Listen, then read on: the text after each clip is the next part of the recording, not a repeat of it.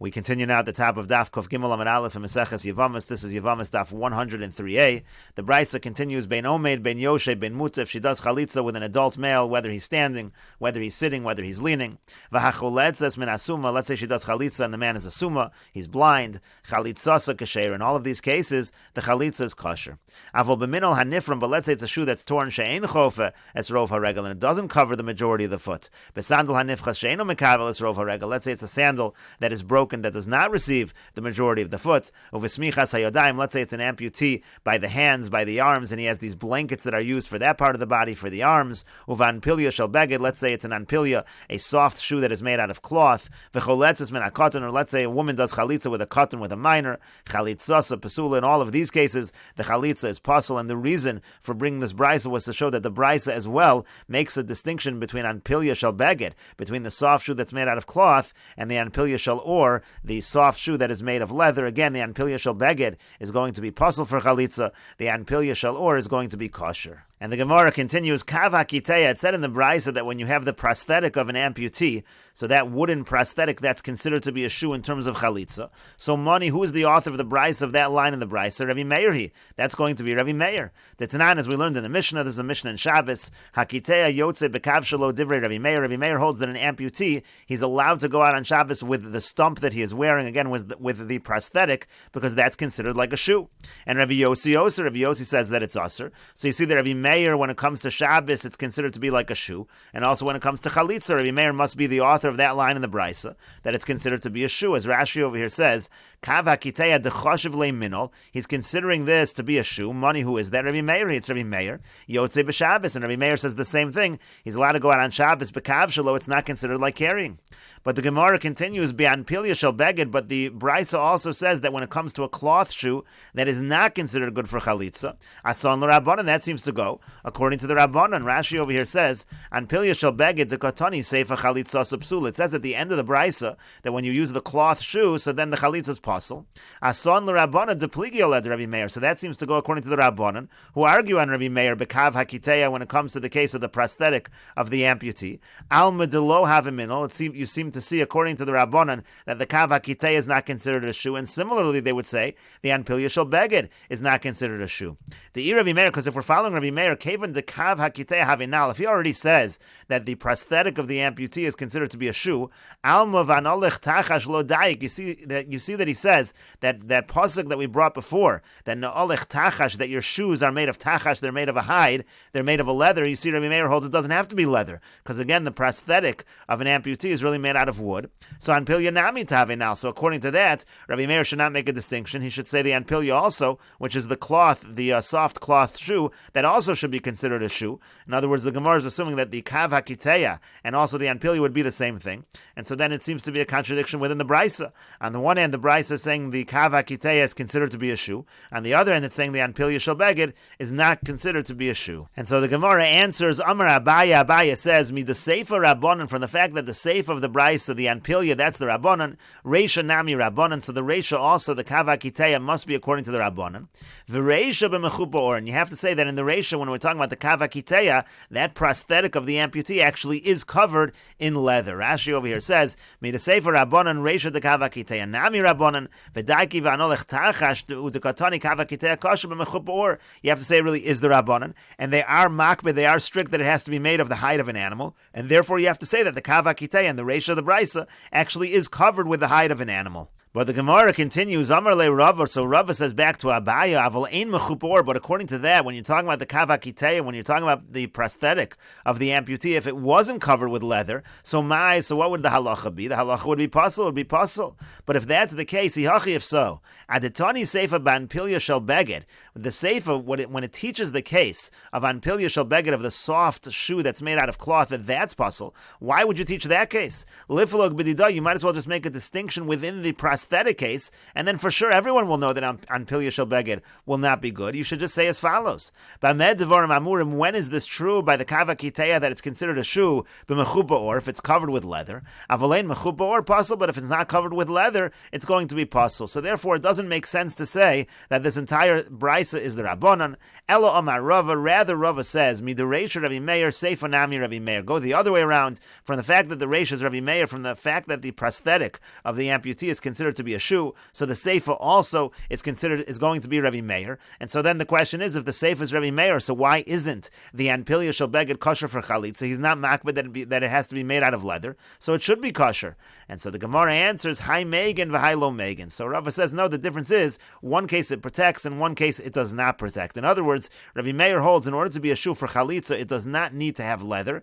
However, it does need to protect the foot. And so therefore, when it comes to the prosthetic of the amputee, that protects the foot, so that's considered to be a shoe. But when it comes to the Anpilya Shel Beged, that is a soft cloth kind of shoe. It doesn't protect the foot, and therefore it's not considered to be a shoe in terms of Chalitza. And Rashi over here explains that the Tani Seifa Anpilya Shel Beged, if you're saying that the entire Braisa is the Rabbanan, so instead of having the Seifa teach a case of Anpilya Shel Beged, Psula, that's possible, Haihu Vadai Delav Nalhu, now that's for sure not a shoe. The Halo Megan doesn't even protect, so Lishmin and Chilak Bekava Kiteh, you might as well tell us a bigger Chiddush, make a distinction within the prosthetic of the amputee, the Afagav de Megan, that even though it protects Lav Nal, it's not considered a shoe if it doesn't have leather. V'kol Shekain Hai, and certainly everyone would know that the Anpilya Shel Beged would not be good. That's why Rava rejects Abaya's approach, and therefore Rava says, Seifa Nami Rabbi Meir, really the Seifa is Rabbi Meir, V'lo Dayik Tachash, we're not makbid that has to be from the Tachash, or from the hide of an animal rather. V'afilu Hachi Shel Beged Lo, but nevertheless, if it's made out of cloth, if the Anpilya is made out of cloth, that will not be good for Chalitza, Mishum de Lo Megan, because it doesn't protect the foot. Aval Kava Kitei Megan, but the Kava Kitei, even though it's not made from leather, it still protects the foot. Hilka Chafilu Ein Mechupa or kosher, that's why even if it's not covered in hide, it is still going to be kosher. And the Gemara continues, Amar Ameimar says, Haiman de Cholitz, when a man is doing the Chalitza process, Tzarech Lemidchase Lakari, he has to push his foot into the ground. He has to press his foot on the ground, even if he's not actually standing up. Let's say he's sitting down, he has to press his foot to the ground.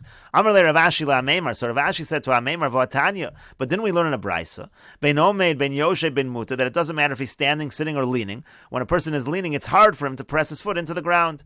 And so the Gemara says, no, Ema, you'll just have to say, Liolam de Dachis Lakari, even though it's difficult to do, but even when he's leaning, he's allowed to be leaning, but he has to press his foot into the ground. And the Gemara continues, V'yomar Ameimar, and Ameimar says, Haiman demaske alichas adekari, somebody who when he walks, he puts the pressure on the wrong part of his foot, lo chalit. Such a person cannot do chalitza. Rashi over here explains, alichas adekari sheraglo hafach. It means basically that his foot is inverted. V'dores bel yono shel regel. He ends up walking on the upper part of the foot. It's basically upside down. So lichas aloshen levachim flanka kolomar sheno dores b'makom matters raglo. The point is, he doesn't step in the normal way when he pushes down his foot on the ground. He doesn't place the normal part of his foot on the ground. V'afagav detnan. Now, even though we learned in the Mishnah minhu arkuvu lamata kshera that even when you have an amputee, let's say it's below the knee, that's still going to be kosher. So hazamu dechi nechtach raglo kam leishuk v'rachman amar me'al raglo. So there, his whole leg is cut, and so then we say that area of the calf, that's going to be considered raglo, dahainu shuko. Aval hai lav regelhu. But over here already, this is not considered regel if his foot is twisted in such a way that he doesn't walk in the normal fashion on the normal part of his foot. So then that's not going to be kosher when it comes to chalitza. And so the Gemara continues, Amar le Rav Ashi li Ameimar. So Rav Ashi said to Ameimar, V'atanya, but didn't we learn in the Braisa above, Smuchas haraglaim, that if somebody has support for his feet, and isn't that talking about a similar kind of situation where his feet are twisted, and lav de chalitz ba'iyu, isn't the case where he himself is doing the chalitza? So you see that this kind of a situation where the feet are twisted is kosher for chalitza. And so the Gemara answers, Lo, no, de yoiv le la'acher v'chalitz. It could be we're talking about these smuchas haraglaim, these supports are being given to somebody else who has healthy feet, and he's just using these as the shoes, and that's what the Braisa is saying. Those are kosher to be shoes, but enochinami, if the person's feet are twisted in that fashion, it would not be kosher. And the Gemara continues, Amar Rav Ashi says, L'may dekamar Ameimar, according to what Ameimar is saying, that if one has crooked feet, he's not going to be able to do chalitza. Lav bar uva chalitz v'lav bar kifuf chalitz. Both bar uva and bar kifuf would not be able to do chalitza. This is a story in Moed Katan. Bar uva and bar kifuf, they had crooked feet, and so he's saying, Rav Ashi is saying, according to Ameimar, they cannot do chalitza. And the Gemara continues at the two dots. The Mishnah said, Minhu arkuvu lamata v'chulu. It said if somebody's an amputee from the knee and below, so then it's still kosher for him to do chalitza. So the Gemara says, Uramini, we have the following contradiction from a Braisa. The Braisa says regolim, when it's talking about the aliyah l'regel, so the person has to have a regel. Prat l'balei kabin, that comes to exclude those who wear prosthetics, amputees. They are not chayiv in the mitzvah of aliyah l'regel. And so from here you see that that's not considered somebody who has a regel, and yet by chalitza apparently it's kosher. And so the Gemara answers, Shani Hoch, it's different over here by Chalitza, Dichsiv Me Al Raglo. It says from on his regel, and we darshan from that even from the area above his foot, meaning even if he's an amputee, that's still going to be kosher for Chalitza. So the Gemara says, Yachi, if so, Lamala Min Arkuva Nami. So even if the person was an amputee above the knee, it should be kosher because it's above his regel. And so the Gemara answers, Me'al velo me'al de me'al. It has to be the area right above the foot, but the area above the foot, that would not be kosher. And the Gemara continues, Amar Papa says, Shema Mino, you see from this, Hayis Davira Adara Noches. He's talking here about the bone that connects with the ankle. That bone by the ankle, it must go all the way down to the ground. It's completely connected.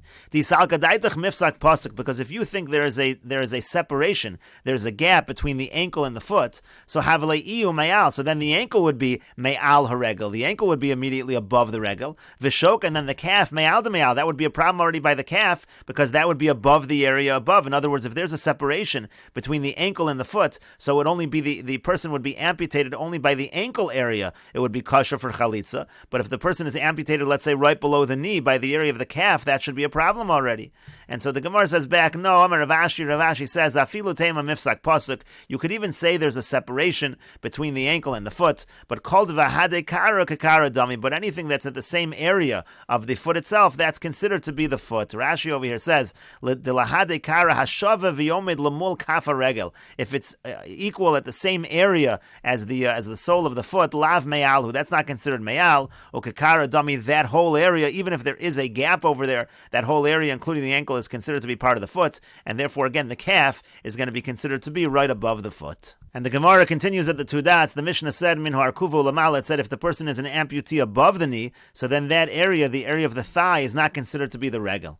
And so the Gemara says, Meisiv Rav Kahana. Rav Kahana asks the following question from a pasuk. The pasuk says, Uveshil yosa hayotzis mibein ragleo, from the afterbirth that comes out from between her raglayim. Now that seems to be talking about the thighs, and so you see that the thighs are called a regel.